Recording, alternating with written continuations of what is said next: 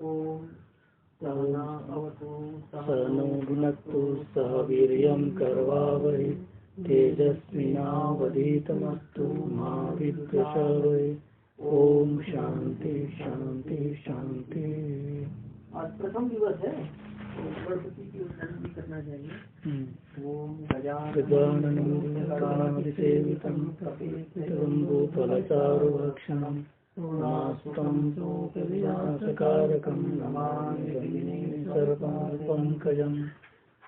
ओम सहना अवतु सहनौ भुनक्तु सह वीर्यं करवावहै तेजस्विनावधीतमस्तु मा विद्विषावहै। ओम शांति शांति शांति। इसके बाद में क्या आता है? कठोपनिषद। तो प्रसिद्ध 10 उपनिषदों में कठोपनिषद तृतीय स्थान पर है। तो जैसे ईशावास्य उपनिषद नाम क्यों पड़ा? क्योंकि ईशावास्यमिदं सर्वम इस प्रकार आरंभ था। केनोपनिषद नाम क्यों हुआ? केनेसितम, मतलब केन शब्द के से आरंभ होने के कारण केनोपनिषद नाम होता है। ईशावास्य शब्द से आरंभ होने के कारण ईशावास्य उपनिषद नाम होता है। इसका कठोपनिषद नाम क्यों है? क्योंकि यह कृष्ण यजुर्वेद की कट शाखा के अंतर्गत है। कृष्ण यजुर्वेद की कट शाखा के अंतर्गत। तो कठोपनिषद का अर्थ है कठ का उपनिषद या कट शाखा का उपनिषद। आया, कट शाखा के अंतर्गत आने वाला उपनिषद। और कट शाखा का ही नाम क्या है? काठक। कट का ही क्या नाम है? इसलिए इसको काठकोपनिषद भी कहते हैं। 2 नाम है, कठोपनिषद और काठकोपनिषद। तो इस प्रस्तुत कठोपनिषद में 2 अध्याय हैं। कितने अध्याय हैं? 2। और प्रत्येक अध्याय में 3-3 वल्लियां हैं। 3-3 और संपूर्ण उपनिषद की मंत्र संख्या 120 है। और ये उपनिषद एक आख्यायिका रूप है। आख्यायिका का मतलब एक कहानी है ना, एक आख्यायिका रूप है। आख्यायिका में क्या होता है? कोई कथा का संवाद प्रदर्शित किया जाता है ना। तो कथा के संवाद को प्रदर्शित करके उसके द्वारा विषय का निरूपण करना आख्यायिका कहलाता है। तो अब यहाँ पर आप देखिए शांति पाठ इसका।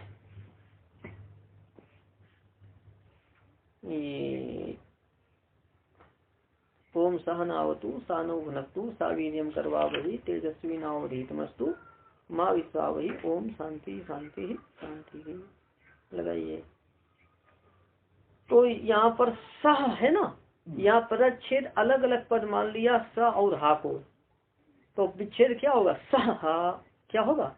सह हा। हालांकि सह भी लोग करते हैं, सा मतलब साथ साथ ऐसा भी करते हैं, है ना।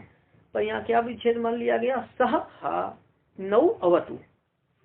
और इसके बाद सह हा नौ भुनक्तु सह वीर्यं करवावहै तेजस्वी नौ अधीतम अस्तु।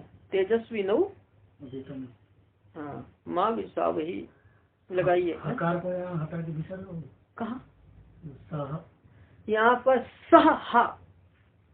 सह मतलब पदच्छेद अलग अलग करेंगे ना, वो विसर्ग का लोप हो गया, संधि हो गई है ना। पता ही पड़ेगी, संधि हो गई है।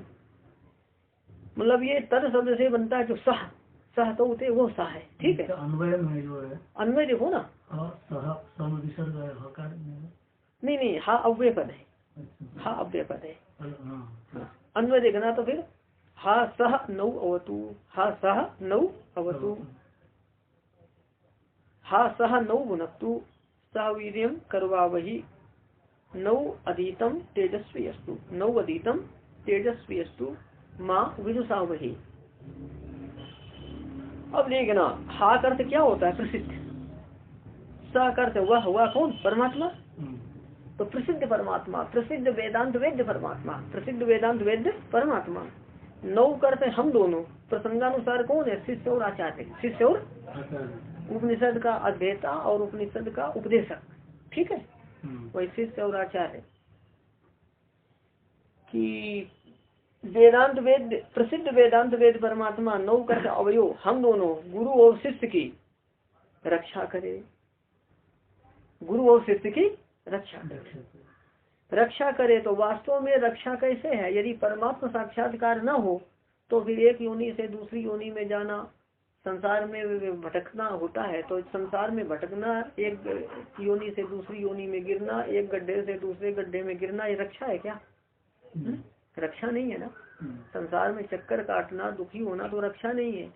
तो रक्षा करें, कैसे रक्षा करें? स्वस्वरूप के साक्षात्कार द्वारा। स्वस्वरूप के कौन रक्षा करें? तो परमात्मा स्वरूप के साक्षात्कार से ही रक्षा होती है कि वेदांत वेद प्रसिद्ध परमात्मा हम दोनों शिष्य और आचार्य की स्वस्वरूप के साक्षात्कार द्वारा रक्षा करें। ठीक है। और यदि सह को एक पद मानना है तो फिर किसका अध्ययन करना पड़ेगा? परमात्मा का, कि परमात्मा गुरु और शिष्य दोनों की साथ साथ रक्षा करे। ऐसा भी हो जाएगा, गुरु और शिष्य दोनों की, तो परमात्मा का ध्यान करना पड़ेगा। ऐसे परमात्मा का ध्यान नहीं करना पड़ा। ठीक है। और देखना, हा सह नौ बनतु, हा करते क्या है? प्रसिद्ध, सा करते परमात्मा, नौ करते अवयो, कि प्रसिद्ध परमात्मा हम दोनों का पालन करें। हम दोनों का तो पालन करे, तो कैसे पालन करे?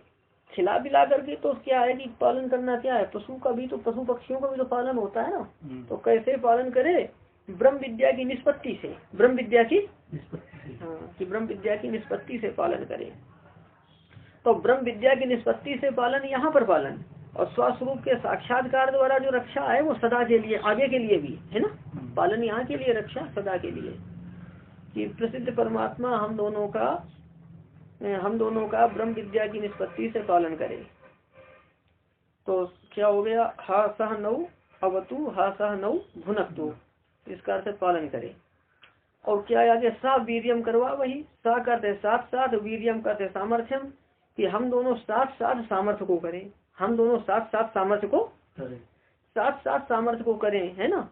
तो किसके सामर्थ्य को? विद्या के सामर्थ्य को करें, विद्या के सामर्थ्य। और कैसे? नियम पूर्वक ब्रह्म विद्या के आदान प्रदान से। नियम पूर्वक, जो नियम है ना उपनिषद के अध्ययन के, है ना, यम नियम का पालन करना, समदम का पालन करना, इंद्रिय निग्रह करना, पता ही समझ में, श्रद्धा सेवा जैसा शास्त्र विधान करता है वैसा। तो लगाइए, नियम पूर्वक ब्रह्म विद्या के आदान प्रदान से हम दोनों साथ साथ विद्या के सामर्थ्य को करें। विद्या के सामर्थ्य को करें, किसको करें? विद्या के सामर्थ्य। हाँ, विद्या के सामर्थ्य को करें। ध्यान देना, नियम पूर्वक विद्या जो ली जाएगी और नियम पूर्वक जो विद्या दी जाएगी, तो नियम पूर्वक जो विद्या ली गई है तो वही फल देने में समर्थ होती है। वही विद्या फल देने में, कौन सी विद्या? जो नियम पूर्वक विद्या ली जाएगी वही फल देने में समर्थ होगी। तो उसका विद्या का सामर्थ्य कब आएगा? जब हम उसको नियम पूर्वक लेंगे। और नियम का अतिक्रमण करके विद्या एक तो लोग ले नहीं पाते हैं, पाठ छूटता है, और यदि ले भी लिया तो क्या जीवन में काम नहीं आती, जीवन में शांति नहीं होती। तभी ये देखा जाता है कि गैर पढ़े लिखे लोग पढ़े लिखों की अपेक्षा अच्छे होते हैं। कि नियम पूर्वक विद्या न लेने से विद्या में वो सामर्थ्य नहीं आता है, इसलिए क्या है उनको शांति नहीं मिल पाती है, बहुत अशांत बने रहते हैं।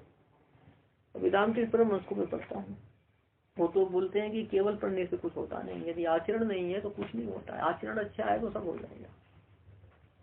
तो हम अच्छा, तो अब देखना यहाँ भावना कितनी अच्छी है वैदिक ऋषियों की, है ना, कि परमात्मा दोनों के साथ साथ रक्षा करे, साथ साथ पालन करे, साथ साथ क्या है कि ब्रह्म विद्या के सामर्थ्य को करे, है ना। तो नियम पूर्वक ब्रह्म विद्या के आदान प्रदान से साथ साथ सामर्थ्य को करे परमात्मा। नौ अधीतम तेजस्वी अस्ति, नौ कर अवयो, अधीतम का अध्ययन, हम दोनों का अध्ययन तेजस्वी हो, मतलब फल प्रदान करने में समर्थ हो, फल प्रदान करने में समर्थ हो। समर्थ क्या हो यहाँ पर? अध्ययन। समर्थ क्या हो? और अध्ययन से जो प्राप्त होगी विद्या, और उस विद्या के सामर्थ्य की प्रार्थना पहले की गई। तो विद्या के सामर्थ्य की प्रार्थना होने से विद्या फल देने में समर्थ होगी, और विद्या के लिए फिर पहले क्या करना पड़ेगा? अध्ययन। तो अध्ययन बताते हैं कि हम दोनों का अध्ययन तेजस्वी हो, मतलब फल प्रदान करने में समर्थ हो। तो ठीक से यदि अध्ययन करेंगे तो क्या है कि अध्ययन तेजस्वी हो जाएगा, और फल प्रदान करने में समर्थ, मतलब उसका फल क्या होगा कि ब्रह्म विद्या शुरू हो जाएगी, ब्रह्म विद्या प्राप्त हो जाएगी। अच्छा, और क्या है? माँ विदुषा, वही कि हम दोनों अवयव, है ना, यहाँ पे नो समझना कि हम दोनों परस्पर में द्वेष ना करें। गुरु शिष्य को, शिष्य और आचार्य को परस्पर में द्वेष बुद्धि नहीं रखनी चाहिए, है ना। भगवान से प्रार्थना करते हैं कि द्वेष ना करें। द्वेष होने से क्या है कि कई जन्म बिगड़ जाते हैं। विद्या तो मतलब वो प्राप्त नहीं होगी, यदि शब्द ज्ञान हो भी गया तो जीवन में काम नहीं आएगा, बहुत अशांत बना रहेगा व्यक्ति, बल्कि पढ़ा लिखा ज्यादा राक्षसी हो जाता है यदि आचरण नहीं है। ओम शांति शांति शांति। तो विद्या के क्या है कि तीनों विघ्नों की निवृत्ति के लिए ना, आध्यात्मिक, आदि दैविक और आदि भौतिक, ये 3 बार कहा गया है। अच्छा, वास्तव में रक्षा कैसे होती है बोलो? ओम सहना अवतु की वो वेदांत वेद परमात्मा हम दोनों की रक्षा करे। रक्षा वास्तव में कैसे होती है बोलो? किससे? परमात्मा स्वरूप के साक्षात्कार से क्या होती है? रक्षा होती है। तो परमात्मा स्वरूप के साक्षात्कार से रक्षा होती है ना। इसलिए स्वरूप के साक्षात्कार के द्वारा स्वरूप साक्षात्कार से रक्षा करने के लिए प्रार्थना की जाती है। मतलब साक्षात्कार के द्वारा रक्षा करने के लिए प्रार्थना किन शब्दों में की जाती है? सहनौ अवतु। माता पिता जरूरी वस्तुओं को उपलब्ध करा करके पालन करते हैं, है ना। और जरूरी वस्तु ना मिले तो ठीक से पालन हो पाएगा? तो जो ध्यान देना, जो त्रिविध ताप से संतप्त, जो सांसारिक दुखों से अत्यंत समस्त मुमुक्षु है, उसका पालन कोई ये सांसारिक वस्तुओं की से होगा? खाने पीने की वस्तुओं से नहीं होगा ना। तो वैराग्यवान मुमुक्षु का पालन होता है ब्रह्म विद्या से। किससे पालन होता है? ब्रह्म विद्या। हाँ, तो ये क्या है कि नियम पूर्वक ब्रह्म विद्या के आदान प्रदान से हम दोनों का पालन करें। तो ये किन शब्दों के द्वारा प्रार्थना की गई है? अच्छा, तो ब्रह्म विद्या की निष्पत्ति से पालन की प्रार्थना की जा रही है। ब्रह्म विद्या के उपदेशक आचार्य और शिष्य दोनों को नियम का पालन करना पड़ता है ना। नियम पूर्वक ली गई विद्या ही सामर्थ्य से युक्त होती है। और उसका फल क्या है? हाँ, नियम पूर्वक ली गई विद्या सामर्थ्य से युक्त होती है और सामर्थ्य से युक्त विद्या फल को देने में समर्थ होती है। विद्या का फल क्या है? मोक्ष। इसलिए सावीर्यम करवा वही कहा जाता है कि विद्या के सामर्थ्य को हम लोग साथ साथ करें। और ब्रह्म विद्या कैसे होगी? उपनिषद के अध्ययन से होगी। ब्रह्म विद्या कैसे होगी? तो उसे तेजस्वी बनाने के लिए या फल प्रदान करने में समर्थ बनाने के लिए तेजस्वी नव अधिकम अस्तु इस प्रकार कहा जा रहा है। हम दोनों परस्पर में द्वेष न करें। ध्यान देना कि शिष्य और आचार्य दोनों का लक्ष्य एक ही है। निरस्य आनंद रूप ब्रह्म लक्ष्य एक ही है। तो दोनों एक ही मार्ग के पथिक हैं। इसलिए परस्पर में सौहार्द बना रहे। और ये सौहार्द बहुत ही मंगलकारक होता है, जो कि अनेक जन्मों की श्रृंखला को, जन्म के बाद जो जन्म परंपरा चलती है, इसको मिटा देता है। तो परस्पर का सौहार्द बना रहे, यह प्रार्थना माँ विदिशा वही से की जा रही है। अब ये देखना, सर्वेश्वर पर ब्रह्म है और प्राप्त कौन है? परमात्मा। और प्राप्ता कौन है? जीवात्मा। और प्राप्ति का साधन कौन है? उपासना या ब्रह्म विद्या। तो इन तीनों के स्वरूप का बोध कराने के लिए आख्यायिका आरम्भ की जाती है। प्रथमोध्याय प्रथमा वल्ली, है ना। तो विश्वजित याग में क्या है? सर्वस्वदान। उसन हावई हरि ओम उसन हावई वाजस्रवसा सर्ववेदसं ददौ तस्य हा नचिकेता नाम पुत्र आस।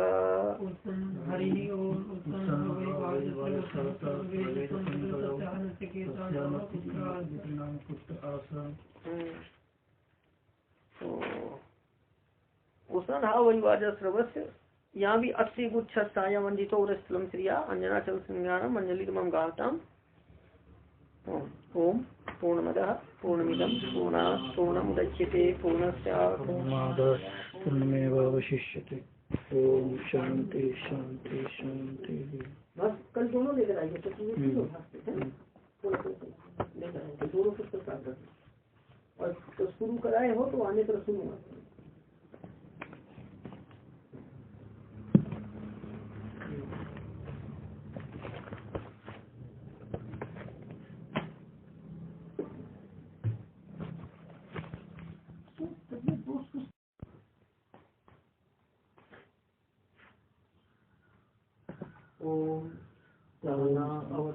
सहनो भुनक्तु सह वीर्यं करवावहै तेजस्विनावधीतमस्तु मा विद्विषावहै।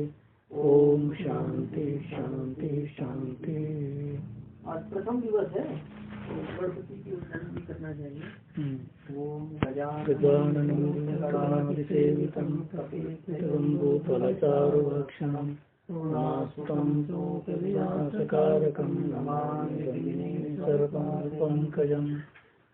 ओम सहनौ भुनक्तु सह वीर्यं करवावहै तेजस्विनावधीतमस्तु मा विद्विषावहै।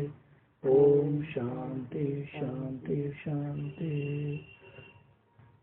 इस प्रेम के बाद में क्या आता है? कठोपनिषद। तो प्रसिद्ध 10 उपनिषदों में कठोपनिषद तृतीय स्थान पर है। तो जैसे ईशावास्य उपनिषद नाम क्यों पड़ा, क्योंकि ईशावास्यमिदं सर्वम इस प्रकार आरंभ था। केनोपनिषद नाम क्यों हुआ, केनेशितम, मतलब केन शब्द के से आरंभ होने के कारण केनोपनिषद नाम होता है। ईशावास्य शब्द से आरंभ होने के कारण ईशावास्य उपनिषद नाम होता है। इसका कठोपनिषद नाम क्यों है, क्योंकि यह कृष्ण यजुर्वेद की कट शाखा के अंतर्गत है। कृष्ण यजुर्वेद की कट शाखा के अंतर्गत, तो कठोपनिषद का अर्थ है कठ का उपनिषद या कट शाखा का उपनिषद आया, कट शाखा के अंतर्गत आने वाला उपनिषद। और कट शाखा का ही नाम क्या है, काठक। कट का ही क्या नाम है, इसलिए इसको काठकोपनिषद भी कहते हैं। दो नाम है, कठोपनिषद और काठकोपनिषद। तो इस प्रस्तुत कठोपनिषद में 2 अध्याय हैं। कितने अध्याय हैं, 2, और प्रत्येक अध्याय में 3-3 वल्लियां हैं, 3-3, और संपूर्ण उपनिषद की मंत्र संख्या 120 है। और ये उपनिषद एक आख्यायिका रूप है। आख्यायिका का मतलब एक कहानी है ना, एक आख्यायिका रूप है। आख्यायिका में क्या होता है, कोई कथा का संवाद प्रदर्शित किया जाता है ना।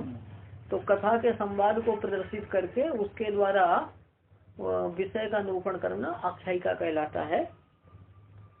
तो अब यहाँ पर आप देखिए शांति पाठ इसका, ये ओम सहनावतु सानो भुनक्तु सा वीर्यं करवावहि तेजस्वी नावधीतमस्तु माँ विश्वावहि। ओम शांति शांति शांति लगाइए। तो यहाँ पर सह है ना, यहाँ पदच्छेद अलग अलग पद मान लिया स और हा को, तो विच्छेद क्या होगा, सह हा, क्या होगा, सह हा।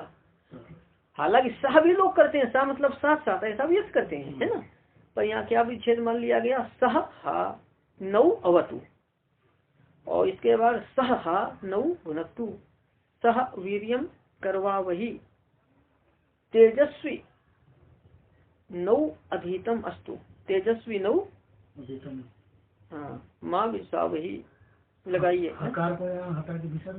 कहाँ यहाँ पर सह हा, सह मतलब पदच्छेद अलग अलग करेंगे ना, वो विसर्ग का लोप हो गया, संधि हो गई है ना, पता ही पड़ेगी, संधि हो गई है। मतलब ये तद शब्द से बनता है जो सह, सह तो उते वो सह है, ठीक है। अन्वय में जो है, अन्वय देखो ना, नहीं हा अव्यय पद है, हा अव्यय पद है। अन्वय देखना तो फिर हा सह नौ अवतु, हा सह नौ अवतु,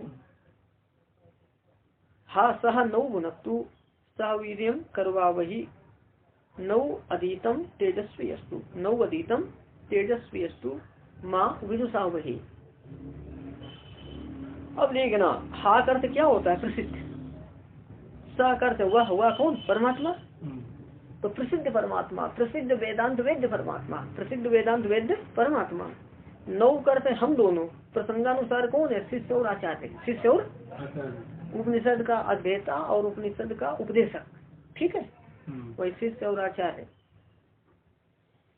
कि वेदांत वेद, प्रसिद्ध वेदांत वेद परमात्मा नौ कर अवयो हम दोनों गुरु और शिष्य की रक्षा करे, गुरु और शिष्य की रक्षा करे। रक्षा करे तो वास्तव में रक्षा कैसे है, यदि परमात्मा साक्षात्कार न हो तो फिर एक योनि से दूसरी योनि में जाना, संसार में भटकना होता है। तो संसार में भटकना, एक योनि से दूसरी योनि में गिरना, एक गड्ढे से दूसरे गड्ढे में गिरना, ये रक्षा है क्या, रक्षा नहीं है ना। संसार में चक्कर काटना, दुखी होना तो रक्षा नहीं है। तो रक्षा करें, कैसे रक्षा करें, स्वस्वरूप के साक्षात्कार द्वारा। स्वस्वरूप के कौन रक्षा करें, तो परमात्मा स्वरूप के साक्षात्कार से ही रक्षा होती है कि वेदांत वेद प्रसिद्ध परमात्मा हम दोनों शिष्य और आचार्य की स्वस्वरूप के साक्षात्कार द्वारा रक्षा करें, ठीक है। और यदि सह को एक पद मानना है तो फिर किसका अध्ययन करना पड़ेगा, परमात्मा का, कि परमात्मा गुरु और शिष्य दोनों की साथ साथ रक्षा करे, ऐसा भी हो जाएगा, गुरु और शिष्य दोनों की, तो परमात्मा का अध्ययन करना पड़ेगा, ऐसे परमात्मा का अध्ययन नहीं करना पड़ा, ठीक है। और देखना हा सह नौ भुनक्तु, हा करते क्या है, प्रसिद्ध, सा करते परमात्मा, नौ करते अवयो, कि प्रसिद्ध परमात्मा हम दोनों का पालन करें, हम दोनों का पालन। तो पालन करे तो कैसे पालन करे, खिला पिला करके, तो क्या है कि पालन करना क्या है, पशु का भी तो, पशु पक्षियों का भी तो पालन होता है ना। तो कैसे पालन करे, ब्रह्म विद्या की निष्पत्ति से, ब्रह्म विद्या की हाँ, कि ब्रह्म विद्या की निष्पत्ति से पालन करे। तो ब्रह्म विद्या की निष्पत्ति से पालन, यहाँ पर पालन, और स्वस्वरूप के साक्षात्कार द्वारा जो रक्षा है वो सदा के लिए, आगे के लिए भी है ना। पालन यहाँ के लिए, रक्षा सदा के लिए। कि प्रसिद्ध परमात्मा हम दोनों का ब्रह्म विद्या की निष्पत्ति से पालन करे। तो क्या हो गया, हा सह नौ अवतु हा सह नौ भुनक्तु, इसका अर्थ पालन करे। और क्या आगे, सा वीर्यम करवा, वही सा करते साथ साथ, वीर्यम करते सामर्थ्यम, कि हम दोनों साथ साथ सामर्थ्य को करें, हम दोनों साथ साथ सामर्थ्य को करें, साथ साथ सामर्थ्य को करें, है ना। तो किसके सामर्थ्य को, विद्या के सामर्थ्य को करें, विद्या के सामर्थ्य। और कैसे, नियम पूर्वक ब्रह्म विद्या के आदान प्रदान से, नियम पूर्वक, जो नियम है ना उपनिषद के अध्ययन के, है ना, यम नियम का पालन करना, समदम का पालन करना, इंद्रिय निग्रह करना, पता ही समझ में, श्रद्धा सेवा, जैसा शास्त्र विधान करता है वैसा। तो लगाइए, नियम पूर्वक ब्रह्म विद्या के आदान प्रदान से हम दोनों साथ साथ विद्या के सामर्थ्य को करें, विद्या के सामर्थ्य को करें। किसको करें, विद्या के सामर्थ्य। हाँ, विद्या के सामर्थ्य को करें। ध्यान देना, नियम पूर्वक विद्या जो ली जाएगी और नियम पूर्वक जो विद्या दी जाएगी, तो नियम पूर्वक जो विद्या ली गई है तो वही फल देने में समर्थ होती है, वही विद्या फल देने में समर्थ। कौन सी विद्या, जो नियम पूर्वक विद्या ली जाएगी वही फल देने में समर्थ होगी। तो उसका विद्या का सामर्थ्य कब आएगा, जब हम उसको नियम पूर्वक लेंगे। और नियम का अतिक्रमण करके विद्या एक तो लोग ले नहीं पाते हैं, पाठ छूटता है, और यदि ले भी लिया तो क्या जीवन में काम नहीं आती, जीवन में शांति नहीं होती। तभी ये देखा जाता है कि गैर पढ़े लिखे लोग पढ़े लिखों की अपेक्षा अच्छे होते हैं। कि नियम पूर्वक विद्या न लेने से विद्या में वो सामर्थ्य नहीं आता है, इसलिए क्या है, उनको शांति नहीं मिल पाती है, बहुत अशांत बने रहते हैं। वेदांत परमहंस को मैं पढ़ता हूँ, वो तो बोलते हैं कि केवल पढ़ने से कुछ होता नहीं, यदि आचरण नहीं है तो कुछ नहीं होता है, आचरण अच्छा है तो सब हो जाएगा। तो हम अच्छा, तो अब देखना यहाँ भावना कितनी अच्छी है वैदिक ऋषियों की, है ना, कि परमात्मा दोनों के साथ साथ रक्षा करे, साथ साथ पालन करे, साथ साथ क्या है कि ब्रह्म विद्या के सामर्थ्य को करे, है ना। तो नियम पूर्वक ब्रह्म विद्या के आदान प्रदान से साथ साथ सामर्थ्य को करे परमात्मा। नौ अधीतम तेजस्वी अस्ति, नौ कर अवयो, अधीतम का अध्ययन, हम दोनों का अध्ययन तेजस्वी हो, मतलब फल प्रदान करने में समर्थ हो, फल प्रदान करने में समर्थ हो। समर्थ क्या हो यहाँ पर, अध्ययन, समर्थ क्या हो, और अध्ययन से जो प्राप्त होगी विद्या, और उस विद्या के सामर्थ्य की प्रार्थना पहले की गई। तो विद्या के सामर्थ्य की प्रार्थना होने से विद्या फल देने में समर्थ होगी, और विद्या के लिए फिर पहले क्या करना पड़ेगा, अध्ययन। तो अध्ययन बताते हैं कि हम दोनों का अध्ययन तेजस्वी हो, मतलब फल प्रदान करने में समर्थ हो। तो ठीक से यदि अध्ययन करेंगे तो क्या है कि अध्ययन तेजस्वी हो जाएगा, और फल प्रदान करने में समर्थ, मतलब उसका फल क्या होगा कि ब्रह्म विद्या शुरू हो जाएगी, ब्रह्म विद्या प्राप्त हो जाएगी। अच्छा, और क्या है, माँ विदुषा वही, कि हम दोनों अवयव, है ना, यहाँ भी नो समझना कि हम दोनों परस्पर में द्वेष ना करें। गुरु शिष्य को, शिष्य और आचार्य को परस्पर में द्वेष बुद्धि नहीं रखनी चाहिए, है ना। भगवान से प्रार्थना करते हैं कि द्वेष ना करें। द्वेष होने से क्या है कि कई जन्म बिगड़ जाते हैं। विद्या तो मतलब वो प्राप्त नहीं होगी, यदि शब्द ज्ञान हो भी गया तो जीवन में काम नहीं आएगा, बहुत अशांत बना रहेगा व्यक्ति, बल्कि पढ़ा लिखा ज्यादा राक्षसी हो जाता है, यदि आचरण नहीं है। ओम शांति शांति शांति। तो विद्या के क्या है कि तीनों विघ्नों की निवृत्ति के लिए ना, आध्यात्मिक, आदि दैविक और आदि भौतिक, ये 3 बार कहा गया है। अच्छा, वास्तव में रक्षा कैसे होती है बोलो। ओम सहना अवतु की वो वेदांत वेद परमात्मा हम दोनों की रक्षा करे। रक्षा वास्तव में कैसे होती है बोलो, किससे, परमात्मा स्वरूप के साक्षात्कार से क्या होती है, रक्षा होती है। तो परमात्मा स्वरूप के साक्षात्कार से रक्षा होती है ना।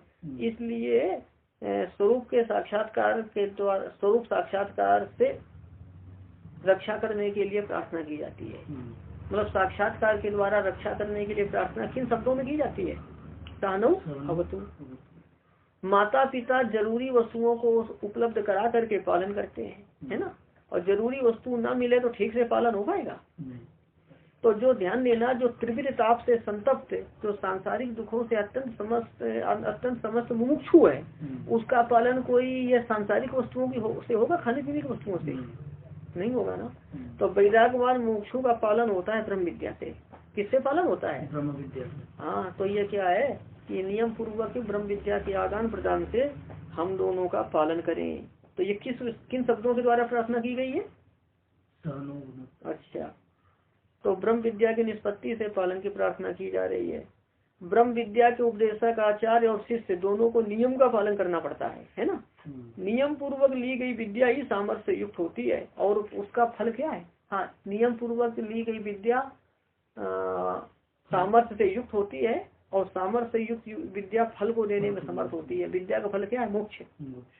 इसलिए सावीर्यम करवा वही कहा जाता है कि विद्या के सामर्थ्य को हम लोग साथ साथ करें। और ब्रह्म विद्या कैसे होगी? उपनिषद के अध्ययन से होगी। ब्रह्म विद्या कैसे होगी? तो उसे तेजस्वी बनाने के लिए या फल प्रदान करने में समर्थ बनाने के लिए तेजस्वी नव अधिकम अस्तु इस प्रकार कहा जा रहा है। हम दोनों परस्पर में द्वेष न करें। ध्यान देना कि शिष्य और आचार्य दोनों का लक्ष्य एक ही है।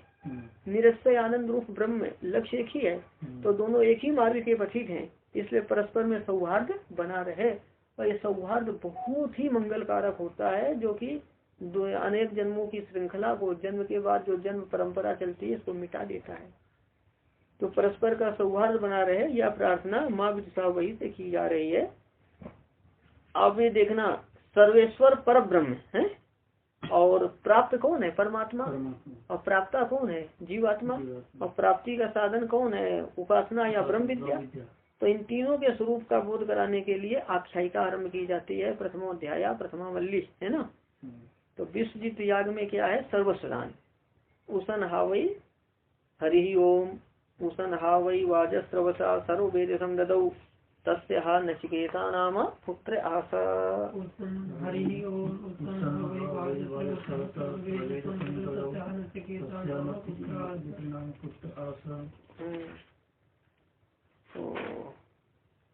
उसन हावई वाजस्रवस्य यहाँ भी 80 गुच्छ साया वंदितो और स्थलम श्रिया अंजना चल सिंगारम अंजलिमं गाताम। ओम पूर्णमदः पूर्णमिदं पूर्णात् पूर्णमुदच्यते पूर्णस्य पूर्णमेवावशिष्यते। ओम शांति शांति शांति। बस कल दोनों लेकर आइए तो दोनों पुस्तक और तो शुरू कराए हो तो आने पर शुरू।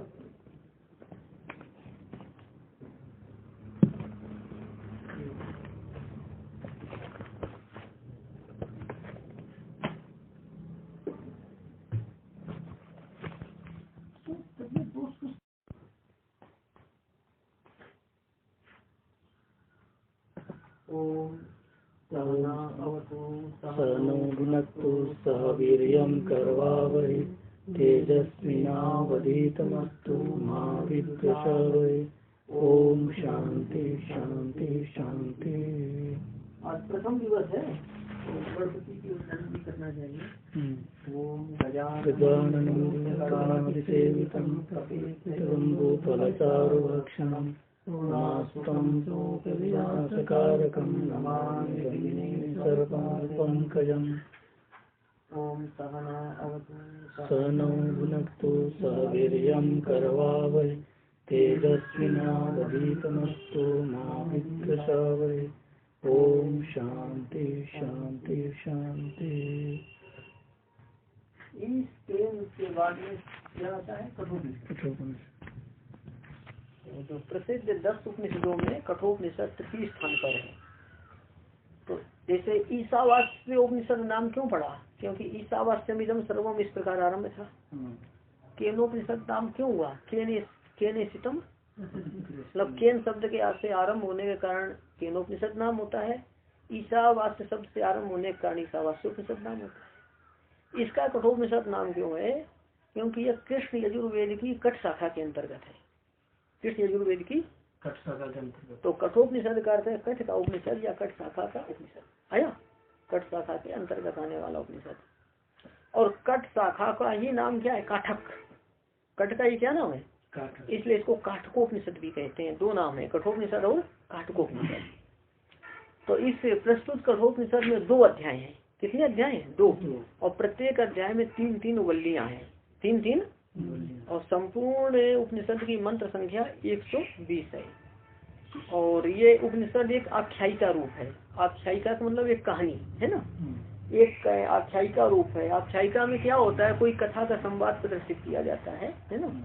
तो कथा के संवाद को प्रदर्शित करके उसके द्वारा विषय का निरूपण करना आख्यायिका कहलाता है। तो अब यहाँ पर आप देखिए शांति पाठ इसका, ये ओम सहनावतु सानो भुनक्तु सा वीर्यं करवावहि तेजस्वी नावधीतमस्तु माँ विश्वावहि। ओम शांति शांति शांति लगाइए। तो यहाँ पर सह है ना, यहाँ पदच्छेद अलग अलग पद मान लिया स और हा को, तो विच्छेद क्या होगा, सह हा। क्या होगा, सह हा।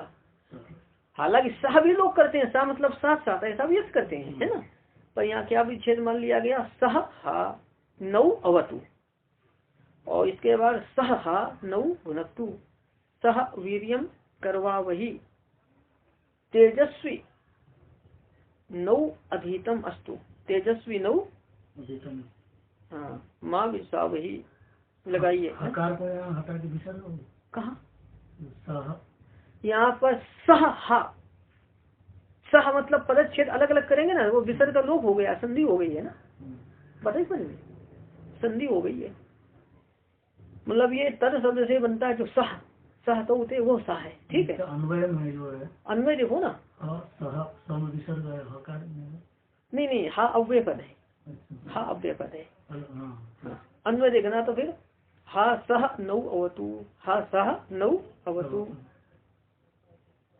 हा सह नौ भुनक्तु सा वीर्यं करवावहि नौ अधीतम तेजस्वी अस्तु। नौ अधीतम तेजस्वी अस्तु माँ विदुषावहि।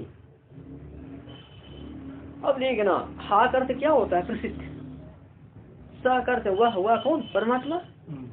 तो प्रसिद्ध परमात्मा, प्रसिद्ध वेदांत वेद्य परमात्मा, प्रसिद्ध वेदांत वेद्य परमात्मा।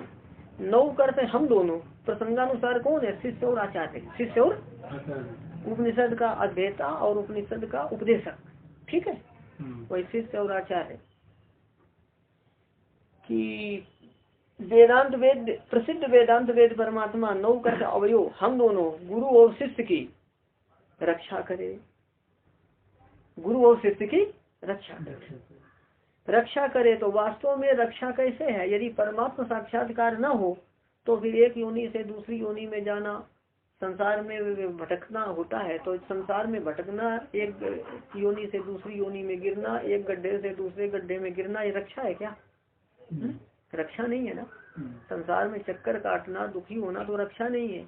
तो रक्षा करें, कैसे रक्षा करें, स्वस्वरूप के साक्षात्कार द्वारा। स्वस्वरूप के कौन रक्षा करें, तो परमात्मा स्वरूप के साक्षात्कार से ही रक्षा होती है। कि वेदांत वेद प्रसिद्ध परमात्मा हम दोनों शिष्य और आचार्य की स्वस्वरूप के साक्षात्कार द्वारा रक्षा करें, ठीक है। और यदि सह को एक पद मानना है तो फिर किसका अध्ययन करना पड़ेगा, परमात्मा का, कि परमात्मा गुरु और शिष्य दोनों की साथ साथ रक्षा करे, ऐसा भी हो जाएगा, गुरु और शिष्य दोनों की। तो परमात्मा का अध्ययन करना पड़ेगा, ऐसे परमात्मा का अध्ययन नहीं करना पड़ा, ठीक है। और देखना हा सह नौ भुनक्तु, हा करते क्या है, प्रसिद्ध, सा करते परमात्मा, नौ करते अवयव, कि प्रसिद्ध परमात्मा हम दोनों का पालन करें, हम दोनों का तो पालन करे। तो कैसे पालन करे, खिला पिला करके। तो क्या है कि पालन करना क्या है, पशु का भी तो, पशु पक्षियों का भी तो पालन होता है ना। तो कैसे पालन करे, ब्रह्म विद्या की निष्पत्ति से, ब्रह्म विद्या की हाँ, कि ब्रह्म विद्या की निष्पत्ति से पालन करे। तो ब्रह्म विद्या की निष्पत्ति से पालन, यहाँ पर पालन, और स्वस्वरूप के साक्षात्कार द्वारा जो रक्षा है वो सदा के लिए, आगे के लिए भी है ना। पालन यहाँ के लिए, रक्षा सदा के लिए। कि प्रसिद्ध परमात्मा हम दोनों का ब्रह्म विद्या की निष्पत्ति से पालन करे। तो क्या हो गया, हा सह नौ अवतु, हा सह नौ भुनक्तु, इसका अर्थ पालन करे। और क्या आगे, सा वीर्यम करवा वही, सा करते साथ साथ, वीर्यम करते सामर्थ्यम, कि हम दोनों साथ साथ सामर्थ्य को करें, हम दोनों साथ साथ सामर्थ्य को करें, साथ साथ सामर्थ्य को करें, है ना। तो किसके सामर्थ्य को, विद्या के सामर्थ्य को करें, विद्या के सामर्थ्य।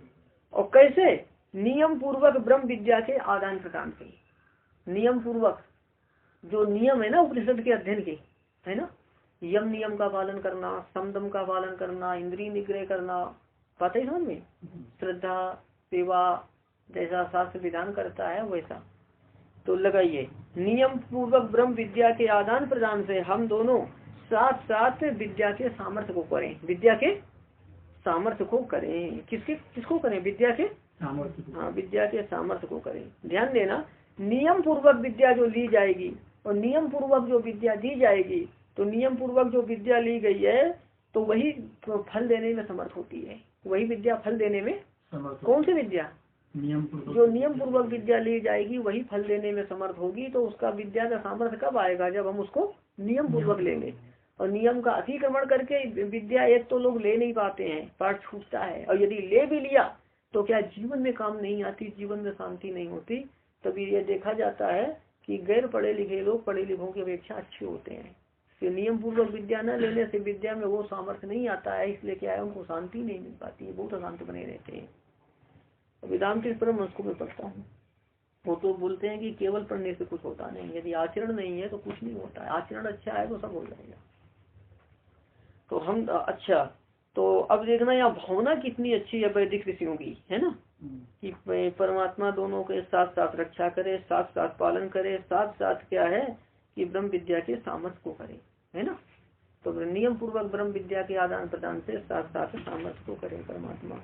नौ अधीतम तेजस्वी अस्ति, नौ कर अवयो, अधीतम का अध्ययन, हम दोनों का अध्ययन तेजस्वी हो, मतलब फल प्रदान करने में समर्थ हो, फल प्रदान करने में समर्थ हो। समर्थ क्या हो यहाँ पर? अध्ययन। समर्थ क्या हो? और अध्ययन से जो प्राप्त होगी विद्या, और उस विद्या के सामर्थ्य की प्रार्थना पहले की गई। तो विद्या के सामर्थ्य की प्रार्थना होने से विद्या फल देने में समर्थ होगी। और विद्या के लिए फिर पहले क्या करना पड़ेगा? अध्ययन। तो अध्ययन बताते हैं कि हम दोनों का अध्ययन तेजस्वी हो, मतलब फल प्रदान करने में समर्थ हो। तो ठीक से यदि अध्ययन करेंगे तो क्या है कि अध्ययन तेजस्वी हो जाएगा, और फल प्रदान करने में समर्थ, मतलब उसका फल क्या होगा कि ब्रह्म विद्या शुरू हो जाएगी, ब्रह्म विद्या प्राप्त हो जाएगी। अच्छा, और क्या है, माँ भी दिशा वही कि हम दोनों अवयव, है ना, यहाँ भी नो समझना कि हम दोनों परस्पर में द्वेष ना करें। गुरु शिष्य को, शिष्य और आचार्य को परस्पर में द्वेष बुद्धि नहीं रखनी चाहिए, है ना। भगवान से प्रार्थना करते हैं कि द्वेष ना करें। द्वेष होने से क्या है कि कई जन्म बिगड़ जाते हैं। विद्या तो मतलब वो प्राप्त नहीं होगी, यदि शब्द ज्ञान हो भी गया तो जीवन में काम नहीं आएगा, बहुत अशांत बना रहेगा व्यक्ति, बल्कि पढ़ा लिखा ज्यादा राक्षसी हो जाता है यदि आचरण नहीं है। ओम शांति शांति शांति। तो विद्या के क्या है कि तीनों विघ्नों की निवृत्ति के लिए ना, आध्यात्मिक, आदि दैविक और आदि भौतिक, ये 3 बार कहा गया है। अच्छा, वास्तव में रक्षा कैसे होती है बोलो? ओम सहना अवतु की वो वेदांत वेद परमात्मा हम दोनों की रक्षा करे। रक्षा वास्तव में कैसे होती है बोलो? किससे? परमात्मा स्वरूप के साक्षात्कार से क्या होती है? रक्षा होती है। तो परमात्मा स्वरूप के साक्षात्कार से रक्षा होती है ना। इसलिए स्वरूप के साक्षात्कार के द्वारा, स्वरूप साक्षात्कार से रक्षा करने के लिए प्रार्थना की जाती है। मतलब साक्षात्कार के द्वारा रक्षा करने के लिए प्रार्थना किन शब्दों में की जाती है? सहनो अवतु। माता पिता जरूरी वस्तुओं को उपलब्ध करा करके पालन करते हैं, है ना। और जरूरी वस्तु ना मिले तो ठीक से पालन हो पाएगा? तो जो ध्यान देना, जो त्रिविध ताप से संतप्त, जो सांसारिक दुखों से अत्यंत समस्त मुमुक्षु है, उसका पालन कोई ये सांसारिक वस्तुओं की से होगा? खाने पीने की वस्तुओं से नहीं होगा ना। तो वैराग्यवान मुमुक्षु का पालन होता है ब्रह्म विद्या से। किससे पालन होता है? ब्रह्म विद्या से। हाँ, तो ये क्या है कि नियम पूर्वक ब्रह्म विद्या के आदान प्रदान से हम दोनों का पालन करें। तो ये किन शब्दों के द्वारा प्रार्थना की गई है? अच्छा, तो ब्रह्म विद्या की निष्पत्ति से पालन की प्रार्थना की जा रही है। ब्रह्म विद्या के उपदेशक आचार्य और शिष्य दोनों को नियम का पालन करना पड़ता है ना। नियम पूर्वक ली गई विद्या ही सामर्थ्य से युक्त होती है, और उसका फल क्या है? हाँ, नियम पूर्वक ली गई विद्या सामर्थ्य से युक्त होती है, और सामर्थ्य से युक्त विद्या फल को देने में समर्थ होती है। विद्या का फल क्या है? मोक्ष। इसलिए सावीर्यम करवा वही कहा जाता है कि विद्या के सामर्थ्य को हम लोग साथ साथ करें। और ब्रह्म विद्या कैसे होगी? उपनिषद के अध्ययन से होगी। ब्रह्म विद्या कैसे होगी? तो उसे तेजस्वी बनाने के लिए या फल प्रदान करने में समर्थ बनाने के लिए तेजस्वी नव अधिकम अस्तु इस प्रकार कहा जा रहा है। हम दोनों परस्पर में द्वेष न करें। ध्यान देना कि शिष्य और आचार्य दोनों का लक्ष्य एक ही है। निरस्य आनंद रूप ब्रह्म लक्ष्य एक ही है, तो दोनों एक ही मार्ग के पथिक हैं, इसलिए परस्पर में सौहार्द बना रहे। और ये सौहार्द बहुत ही मंगल कारक होता है, जो कि अनेक जन्मों की श्रृंखला को, जन्म के बाद जो जन्म परंपरा चलती है इसको मिटा देता है। तो परस्पर का सौहार्द बना रहे, यह प्रार्थना माँ विदिशा वही से की जा रही है। अब ये देखना, सर्वेश्वर पर ब्रह्म है और प्राप्त कौन है? परमात्मा। और प्राप्ता कौन है? जीवात्मा। और प्राप्ति का साधन कौन है? उपासना या ब्रह्म विद्या। तो इन तीनों के स्वरूप का बोध कराने के लिए आख्यायिका आरंभ की जाती है। प्रथमोध्याय प्रथमा वल्ली है ना। तो विश्वजित याग में क्या है? सर्वस्वदान। उसन हावई हरि ओम, उसन हावई वाजस्रवसा सर्ववेद संददौ तस्य हा नचिकेता नाम पुत्र आशा।